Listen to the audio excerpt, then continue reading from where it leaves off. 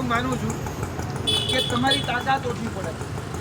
હું તમારો નાનો ભાઈ કે તો નાનો ભાઈ અને મોટો ભાઈ કે તો મોટો ભાઈ તમને ઠપકો આપું છું અને થોડીક એવી આશા રાખું છું કે તમારી તાકાતમાં વધારો થાય. તમારી તાકાતમાં વધારો થાય પહેલાં કારણ કે તમારી તાકાત ઘટે છે. તમારી જે તાકાત છે એ તાકાત કોઈ પણ સંજોગોમાં વધવી જોઈએ.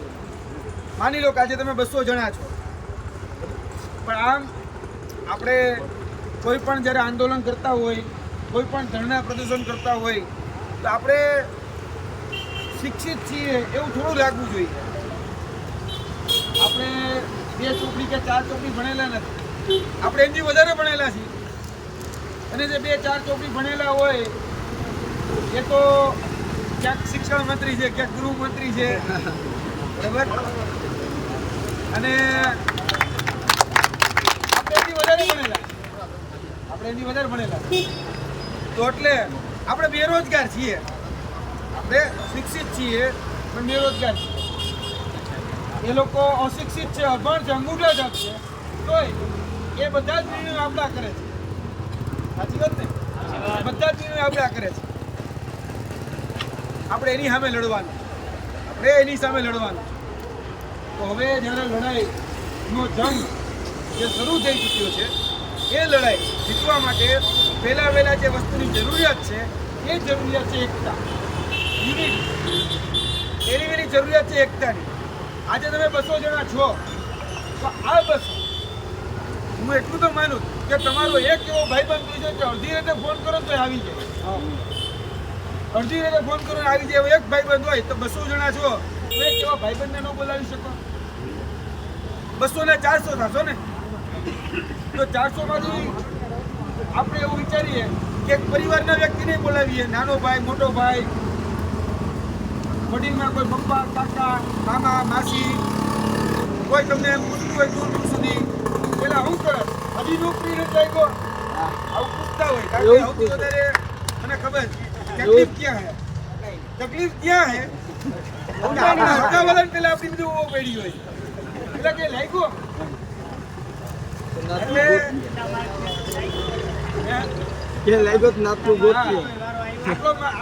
આટલા માર્ક્સ છે તો કે તારો વારો આવ્યો ન આવ્યો ને એટલે આપણા હગાવાલાને આપણી બધી સૌથી વધારે ચિંતા હોય. ગોંડલમાં રહેતો અને એ સમયમાં 2008માં મેં મારા બાઇકની પાછળ નંબર પ્લેટમાં એક વાક્ય લખાયું હતું નંબર પ્લેટની ઉપર કે સગાથી સાવધાન. કારણ કે હગાવાલા હોય ને એને આપણી વધારે પડી હોય.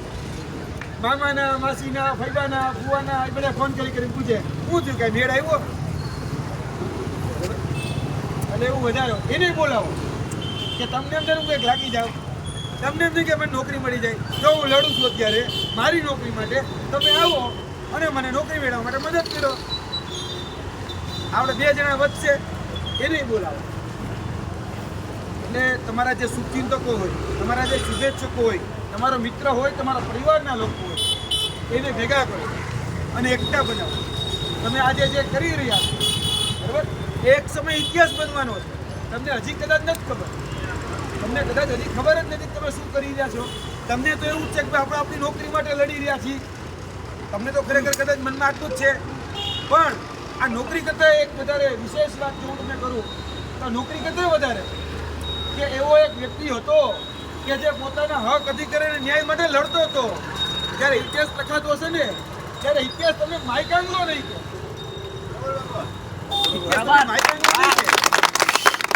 ઇતિહાસ કરે તમને એમ નહીં કે તમે ચાટુ કરી કાઢી. હકથી લડવા આવ્યા હતા અને બેઠા હતા અને કદાચ મળશે યાદ રાખજો. અને નોકરી ઉપર જ્યારે લઈ ગયા ઉતરવાનું આપણે આપણી માંગણી એ યોગ્ય રીતે યોગ્ય જગ્યાએ મૂકી રહેવાની છે. મેં પહેલી તમને વાત કરી કે તમારામાં જે કમી છે એકતા, જેટલી પણ સ્ટ્રેન્થ તમારામાં વધારે હશે, કારણ કે આ લોકશાહી છે અને લોકશાહીમાં હંમેશા માથા ગણાય. લોકશાહીમાં માથા ગણાય એટલે માથા ગણાય ત્યારે તમારું પલ્લું ભારે થવું જોઈએ.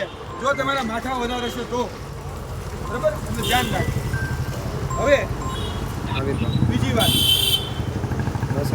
કે જ્યારે લડાઈ લડવા નીકળ્યા હોય ત્યારે લડાઈ લડવા નીકળ્યા હોય ત્યારે આંદોલન ચાલુ રહેશે શેની જરૂર પડે તો કે હથિયાર. તો આપણું હથિયાર શું? આપણી એકતા એ આપણું પહેલું હથિયાર. આપણી જે માંગણીઓ છે એ માંગણીઓની સ્પષ્ટતા એ આપણું બીજું હથિયાર. આપણે કોઈ તલવાર લઈને અત્યારે નીકળવા નથી. એટલે ભાઈ હથિયાર એટલે પછી એવું ન મતે કે આપણે ઘરેથી તલવાર લઈને આપણે ધીંગાણું કરી નાખીએ. એવું તલવાર લઈને આપણે નીકળવા નથી. અત્યારે આપણે નીકળીને આપણા કિચન ટ્રેન હોવી છે. આપણે આપણી માંગણી એ યોગ્ય માધ્યમો સુધી જ્યાં પહોંચાડવાની છે ત્યાં એક સૌથી શ્રેષ્ઠ સાધન એ આપણી બધા જ પાસે છે, જેનો આપણે ક્યારેય સાચા રસ્તે ઉપયોગ જ નથી કર્યો. સાચા રસ્તે ઉપયોગ જ નથી કર્યો. હંમેશા ખોટા રસ્તે ઉપયોગ કર્યો. બીજાના સ્ટેટસ જોવામાં, ઇન્સ્ટાગ્રામમાં, ફેસબુકમાં. હવે આપણા માટે એનો ઉપયોગ કરો કે ભાઈ અમે આ જગ્યાએ છીએ, તમારા હગાવાલાને ખબર પડવી જોઈએ. આ સ્ટેટસમાં મૂકો કે અમારી પરિસ્થિતિ આ છે, અમે આ કરીએ છીએ. સત્તા પક્ષના એવું નથી કહેતો કે તમે વિરોધ કરો, તો સમર્થન પણ ન કરો. જે જગ્યાએ જે પણ વ્યક્તિ કોઈ પણ પાર્ટીનો હોય તમારી પાસે મળવા આવે, માની લો કે કાલ સવારે કોંગ્રેસવાળા આવે, આમ આદમી પાર્ટીવાળા આવે, કોઈ ભાજપવાળું આવે, બધાને સન્માન આપે અને આપણી જે પણ વાત જેનું નિરાકરણ યોગ્ય રીતે લાવી શકે એવા વ્યક્તિનું સાથ સહકાર અને સમર્થન. આ જરૂર છે. આપણે બધા હથિયારો છે. સોશિયલ મીડિયા એ અત્યારની સૌથી મોટામાં મોટી તાકાત છે અને આ સોશિયલ મીડિયા એ તમારું બને એટલું એક્ટિવ કરો, બને એટલું. આજે તમે કોઈ સ્ટેટસ મૂકતો 50 જણા તો જોતા હશે ને ભાઈ. 50 જણાને તો ખબર પડે ને કે આપણે આ ભાઈ આવું કંઈક કરે છે. એ બીજા 50 ને કે કદાચ બીજા દેને તો વાત કરશે ને. એ રીતે આખા ગુજરાતમાં વાત કર્યા છે અને તો ન્યાય મળશે. ન્યાય આજે સામાન્ય લોકોને જે દિવસે ખબર પડી ગઈ કે આની સાથે અન્યાય થાય છે તેની તમને ન્યાય મળી જશે. સામાન્ય લોકો બોલવા જોઈએ કે આ છોકરાઓ હાચા હો ભાઈ. સામાન્ય લોકો તમારી હામાં આ મિલાવવા જોઈએ ત્યારે તમને ન્યાય મળે. સામાન્ય લોકો જેને મારા જેવાને કંઈ લેવા દેવાનો હોય, જેને તમને કહી દઉં કે હવે આ લોકોનો મુદ્દો સાચો, એવા લોકો જે બુદ્ધિજીવીઓ આપણે કહીએ, જેને કદાચ મુદ્દાથી કંઈ લેવા દેવાના હોય એ તમામ લોકો. બરાબર? એટલે સોશિયલ મીડિયાનો સાચા રસ્તે ઉપયોગ કરો. સ્ટ્રેન્થ બનાવો, એકતા વધારો. ત્યારબાદ હથિયારની મેં તમને વાત કરી દીધી. તમારા હથિયાર તમારી હાથમાં જ છે, મોબાઈલ. એ તમારું બેસ્ટ હથિયાર. હવે ત્રીજી વાત, તમે જ તમારા સારથી છો. તમે જ એક યોદ્ધા અને રથી છો. તમારું બીજું કોઈ રથી જ નથી. તમે તમારા રથી છો. તમને તમારા યુદ્ધની ખબર છે અને કદાચ બની શકે કે સારથી બદલે કાલ સવારે કદાચ કોઈ બીજા આવે, કોઈ ત્રીજા આવે, આગેવાનમાં કોઈ આવીને તમારો મુદ્દો ખૂબ સારી જગ્યાએ રિપ્રેઝેન્ટ પણ થાય, બધા મંજૂર. પણ યોદ્ધા તો તમે જ છો. તમારા વતીનું યુદ્ધ કોઈ નહીં લડે. અર્જુન તો તમારે જ બનવું પડે. જો તમારે નોકરી જોતી હોય તો અર્જુન તમારે બનવું પડે. તમારા વતી કોઈ તમે એમ કહેજો કે આને હું અર્જુન બનાવીને તમારી લડાઈ એ વ્યક્તિ લડે, એ શક્ય જ નથી. અહીંયા આવીને ભગવાનનું નામ લેવાનું, બરાબર? અને આવતીકાલથી અમે પણ એવો પ્રયત્ન કરશું કે તમારા સુધી એવા લોકો અમે પણ પહોંચાડીએ કે સતત તમારી મીડિયામાં હાઇલાઇટ બને. એવા પ્રયત્નો પણ કરીએ કે વિધાનસભા ઉપર તમારી હાઇલાઇટ બને, વિધાનસભામાં તમારા પ્રશ્નો કઈ રીતે આવી શકે, બીજી વિશે એમની સુધી સાચું જ્ઞાન પહોંચે એ જરૂરી છે. અને ઈશ્વર એને સદબુદ્ધિ આપે ને થોડીક સાંભળી આસી કરે, કરવાનું છે. થોડીક સાંભળી આસી કરે, સાડી સાંભળી ના છે. હવે ઢોરાઈ રહ્યા નથી એટલે 4 વાગ્યા.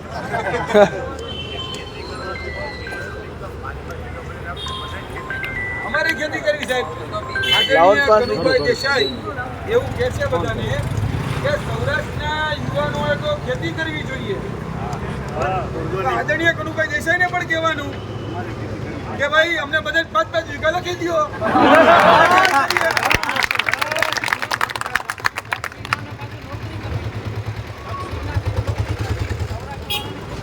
એટલે આ લોજિક આદરણીય કનુભાઈ દેસાઈનું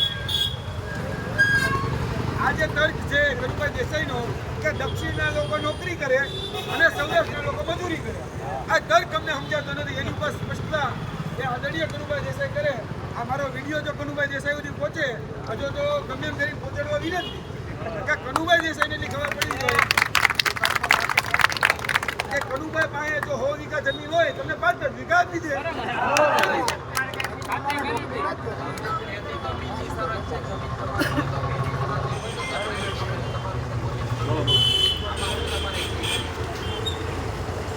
એ રીતે જેટલી પણ સરકારી સંસ્થાઓ છે, જેટલી પણ, એવું નહીં કે આપણી જીવીસેલી વાત કરું, એ બધી સરકારી સંસ્થાઓનું પિક્ચર ગાન કરી નાખ્યું અને બધી સંસ્થાઓનું ખાનગીકરણ કરી નાખ્યું અને પ્રાઇવેટાઇઝેશનમાં જ રસ છે. આજે ડિસ્કોમ આવ્યું કઈ રીતે, આજે જેટકો આવ્યું કઈ રીતે? તમને એમ લાગે છે કે આ જેટકો એટલા માટે આવ્યું કે આ લોકોને બહુ વ્યવસ્થા મોટી કરવી હતી એમ? ના ના, કેમ કરીને ભ્રષ્ટાચાર કરવો, કેમ કરીને પ્રાઇવેટીકરણ કરવું, એના માટે આ લોકોના હિડન એજન્ડા જે તમને દેખાય નહીં. પડદા પાછળનું જે પિક્ચર છે ને કોઈ દિવસ તમને દેખાવાનું જ નથી. એટલે પડદા પાછળનું ચિત્ર એ આખું અલગ જ છે. એવું નથી કે જગ્યાઓ નથી હો, તમારા માટે એવું જરાય નથી કે જગ્યાઓ નથી, પણ જગ્યાઓ ભરવી છે. ક્યારે ખબર નવી પડતી.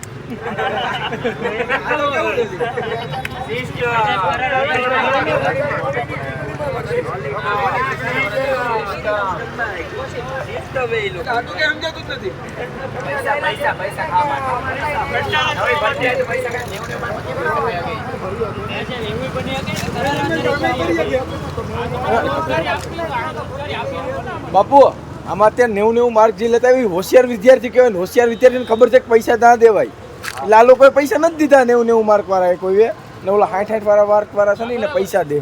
પેલા પૈસા દઈ દેવા. ઈ પ્રૂફ માગશે, પૈસા દીધો એનું પ્રૂફ એવો માગશે. ઈ પ્રૂફ છે તમારી પાસે એમ કે તારો ધરાણો નથી.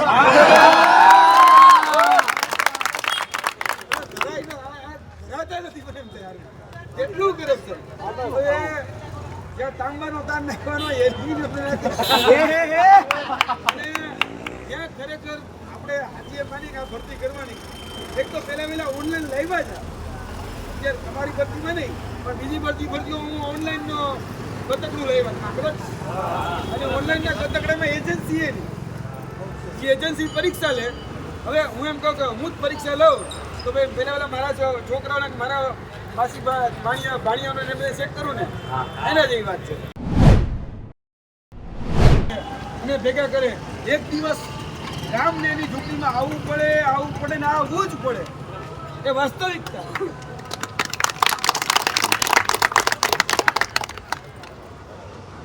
જે યુદ્ધો લડાણ અત્યાર સુધીના બધા જ મહાભારત રામાયણનો વધારે પડતો એટલા માટે હું તમને ઉદાહરણ આપું છું કે તમે એનાથી વધારે પડતો અવગત કરો, જાગ્રત કરો. બાકી ઇતિહાસ તો મારી પાસે ઘણો બધો છે.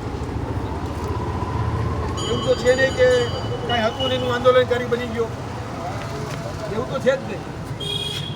સારામાં સારી તમારે કરતાં સારી મારી પાસે નોકરી હતી, એ નોકરીઓ છોડીને બેઠો. મને એટલી ખબર પડે ખોટું થઈ જાય બોલવું હતું અને હું બોલું. તમારે પણ તમારા હક માટે બોલવું જોઈએ. આટલા છો, 200 છો, 400 છો તો 800 સ્ટ્રેન્થ વધારે. સ્ટ્રેન્થ હશે બધા જ લોકો. પછી છે ને મધ જેવું હોય, મધ હોય ને મધમાંથી આવી જ છે. ગોળ હોય ને એ કીડીઓ આવી જ છે, એટલે બધું આવી જશે. તમે સ્ટ્રેન્થ હશે ને કોઈ એવો નેતા નહીં તમારી પાસે નહીં આવે, બધા જ આપણે ખડે પગે રહેવું. કોઈ નબળો વિચાર કરવાનો નથી કે હું થઈ ગયું, શું થાય. તમારે એટલું જ ધ્યાનમાં રાખવાનું છે ગીતાનો સંદેશ, કર્મ તમારા હાથમાં છે, પરિણામ તમારા હાથમાં નથી. તમે તમારું કર્મ જો યોગ્ય રીતે કર્યું છે તો પરિણામ યોગ્ય જ મળશે. જો તમને એટલી તો ભાન પડે જેવું વાવો ને એવું લણો. આજે તમે ઘઉંનો બીજ વાવો તેમાંથી ઘઉં જ આવે ને, એમાં કઈ બાજરો થઈ ન જાય. ન થાય ને. બસ આના જેવું છે. તમે તમારું કર્મ એ નિષ્કર્મ અને સત્યના રસ્તે કર્યું હશે ને તો એમાંથી 100% કહું છું કેરી આવશે આવશે ને આવશે. ક્યાંય પણ કોઈ જગ્યાએ ખોટું વિચારવાની જરૂર નથી. હાસી પાસ થવાની પણ જરૂર નથી. જે લોકો ઘરે ગયા છે એને પાછા બોલાવી લો. જે પણ લોકો કે ભાઈ આપણે લડવાનું છે. લડશો તો જ મળશે. બાકી ઘરે બેઠા બેઠા તમને કોઈ આવી કોળીઓ ખવડાઈ જાય એ વાતમાં માલ નથી. બરાબર? એટલે તમારી લડાઈ તમારે જાતે જ લડવાની છે. અમે તમારા સાથી દઈશું. હું તમારો સાથી દઈશું. રથી તો ન જ દઈશું. રથ ઉપર તો તમે રથી છો, યોદ્ધા તમે જ છો. અને રથી હોય જ યોદ્ધા. તો યુદ્ધ તો તમારે લડવાનું છે. જ્યાં જરૂર પડે ત્યાં હું તમારી સાથે છું. જ્યાં પણ જરૂર પડે XYZ. કાલે તમને પોલીસ ડિટેન કરે ને તો આપણી તાકાત છે તમને કઈ રીતે છોડાવવા. અને બહુ જેલમાં જવા પીવું નહીં. આવો યાદ રાખજો. જેલમાં બહાદુર હોય ને એ જ જાય. નમાયેલા કોઈ દી જેલમાં ન જાય. અને બહુ વાંધો નથી. અમે જેલમાં જઈને આવ્યા છીએ એટલે બહુ ચિંતા ન કરી. 2% ખાવાનું તો મળી જ રહેશે. હોટલનું એ સારું પાછું. એટલે હવે એથી વધારે મોટી હવે અહીંયા પાણા તોડો કે અહીંયા પાણા તોડો હારે અહીંયા નોકરી મળશે. એટલે આ વાસ્તવિકતા છે. ક્યાંક ને ક્યાંક મલાઈ છે ને થોડી થોડી પહોંચે. કોકની પાસે 1 આવે, કોકની પાસે 2 આવે, કોકની પાસે 3 આવે, કોકની પાસે 5 આવે. હકીકત હવે કોઈ કે મારો ભાઈ ઘંટી ચોર એટલે એના જેવું છે. પોતાની માને કોણ ડાકર દે? કોઈ નો કે. એટલે આઈલેસ તમને આ બધી ખબર પડી જાય તો તમે લાગવાના નથી એ વાત ફાઇનલ. કારણ કે અહીંયા પાછું ઓળખાણ વાત ચાલે. હવે તમારી ઓળખાણ તો એવી હોવા નથી તો તમે થોડા બેઠા હોય. તમારી ઓળખાણ પોખતી હોય તમે અહીંયા જ ન હોય ને. ત્યાં ઓળખાણ વાળા પરિવાર વાળા લોકો છે. આમ પણ ખટારા ને ચાકી મોટી છે. ડમ્પરની મોટી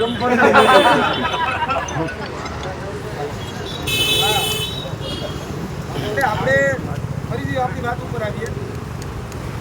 એ ખરેખર મુદ્દો છે. એ મુદ્દામાં એકતા વધારો, સોશિયલ મીડિયાનો રાઈટ વે ઉપયોગ કરો, તમારા જનપ્રતિનિધિઓને જાણ કરો અને જે આગળની લડાઈ છે એ આગળની લડાઈમાં હું પણ તમને ક્યાંક ને ક્યાંક મદદરૂપ થતો જ રહીશ. તમારા ડે બાય ડેનું શેડ્યુલ મારા જેટલા સોશિયલ મીડિયા છે એમાં હું મૂકતો રહું.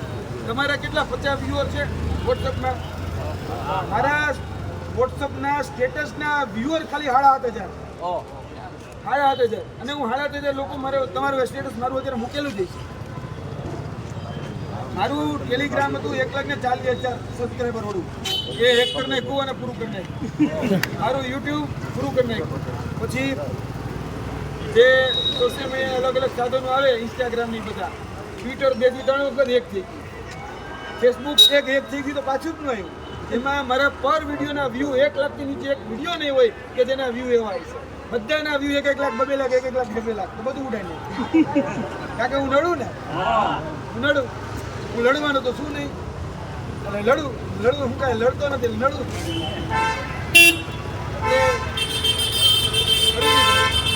આપણે આપણા મુદ્દા ઉપર કાયમ રહીએ. કોઈ પણ આવે અહીંયા કોંગ્રેસ, ભાજપ, આપ, અપક્ષ જે પણ આવે બધાને આવકારીએ. આપણે મુદ્દો જ્યાં સુધી પહોંચે ત્યાં સુધી પહોંચાડવાનો પ્રયત્ન કરીએ. આપણી તાકાત આપણે પોતે છીએ એટલું યાદ રાખો. હું જ મારા જીવનનો ચિત્રકાર છું. મારું જીવન કેવું હશે કે મારાથી નક્કી થાય. કાલે સવારે કદાચ મારે ખોટા રસ્તે લઈ જવું હોય તો ભાઈ દારૂના રવાડે બીજા બધાને રવાડે કરી દઉં એ રીતે જ મારા જીવનનો ચિત્રકાર હું. આ નોકરી અમારા હકની તો લડાઈ મારી હોવી જોઈએ. લડાઈ મારી હોવી અને લડાઈ અત્યારે તમારા બધાની. અને યાદ રાખજો, ફરીથી કહું છું, જો તમે અર્જુન હોય ને તો કૃષ્ણની ચિંતા ન કરતા. કૃષ્ણ આવી જ જાય. ખબર? સબરી હોય, સબરી રોજ બોર ચાખે અને ભેગા કરે. એક દિવસ રામને એની ઝૂંપડીમાં આવવું પડે ને આવવું જ પડે. એ વાસ્તવિકતા.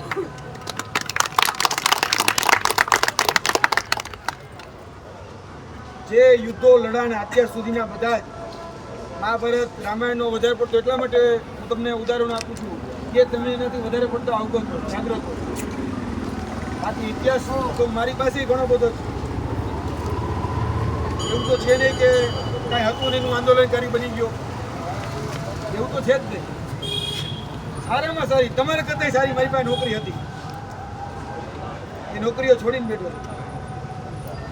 મને એટલી ખબર પડે ખોટું થઈ જાય બોલવું હતું અને હું બોલું.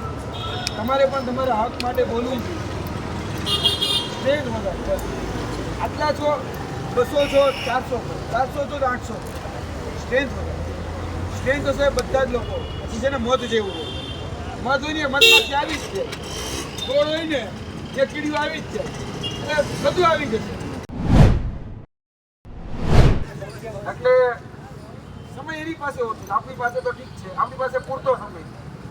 એ લોકોને જે કરવું હોય ને એનો નિર્ણય સંભળાવે તો એક સમયે પાંડવોને કેવા કહી દેવું મેં આ ખાલી કરી દો, બરાબર?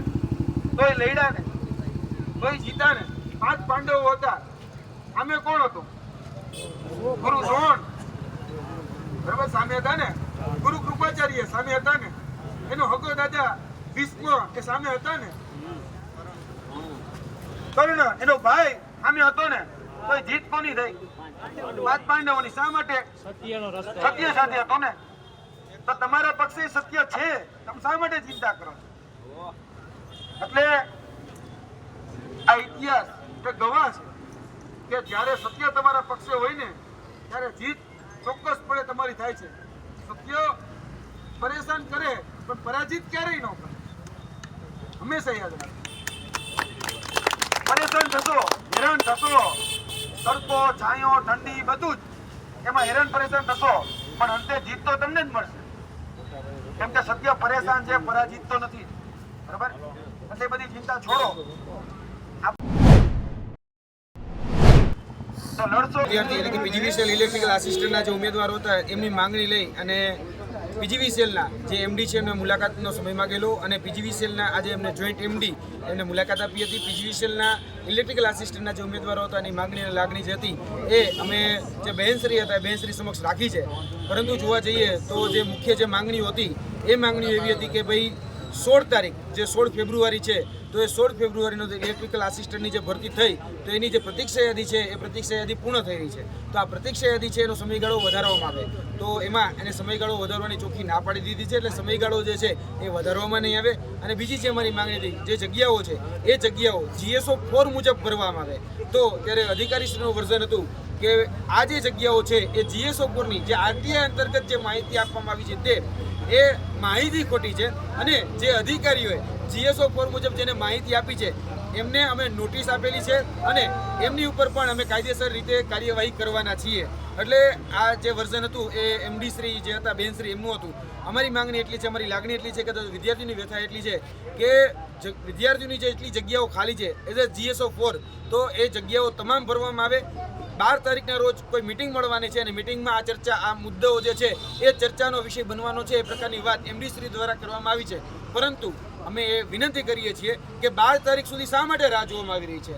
જો આ જે મિટિંગ છે એ મિટિંગ ખૂબ ઝડપી થાય અને જે પણ નિરાકરણ આવે એ નિરાકરણ ખૂબ ઝડપી લેવામાં આવે. છેલ્લા 3 દિવસથી જે વિદ્યાર્થીઓ છે એ ભૂખ્યા તરસ્યા પીજીવીસીએલની જે વડી કચેરી રાજકોટ ખાતે જે આવેલી છે ત્યાં એ ધરણા પ્રદર્શન કરી રહ્યા છે. ત્યારે અમે એટલું જ માંગણી કરીએ છીએ કે ઝડપી એટલે તમામ જે પ્રશ્નો છે એ પ્રશ્નોનું નિરાકરણ લાવો. કેમ કે વિદ્યાર્થીઓ જે પરિસ્થિતિ જે અત્યારે સામનો કરી રહ્યા છે એ પરિસ્થિતિ એસી ચેમ્બરમાં બેસનારા જે અધિકારીઓ છે એ સમજી નથી શકતા. ઝડપી આ બધા જ પ્રશ્નોનું નિરાકરણ આવવું એ ખૂબ જરૂરી છે. ફરીથી અમે કહીએ છીએ કે વિદ્યાર્થીઓની જે માગણી છે વિદ્યાર્થીઓની લાગણી સાથે અમારો સંપૂર્ણ રીતે સમર્થન છે અને વિદ્યાર્થીઓની જે માગણી છે એમને ક્યાંક ને ક્યાંક વ્યાજબી લાગી રહી છે. એટલા માટે ફરીથી કહીએ છીએ સુપર ન્યુમેરિક જગ્યા જો ઊભી કરવી પડે તો સુપર ન્યુમેરિક જગ્યા ઊભી કરવામાં આવે અને જે પ્રતીક્ષા યાદી છે એમાં રિક્રુટમેન્ટ રૂલ્સમાં ચેન્જ થઈ શકતો હોય. ભૂતકાળમાં ઘણી બધી એવી ભરતીઓ થઈ ગઈ છે કે જેમાં રિક્રુટમેન્ટ રૂલ્સ બદલવામાં પણ આવ્યા હોય તો આ પ્રતીક્ષા યાદીનો સમયગાળો પણ વધારી શકાય છે. તો આ પ્રતીક્ષા યાદીનો જે સમયગાળો છે વધારી અને મેક્સિમમ જેટલા પણ જગ્યાઓ ખાલી છે એટલી જગ્યાઓ સત્વરે ભરવામાં આવે એટલી જ અમારી માંગણી છે. જય હિન્દ, જય ભારત.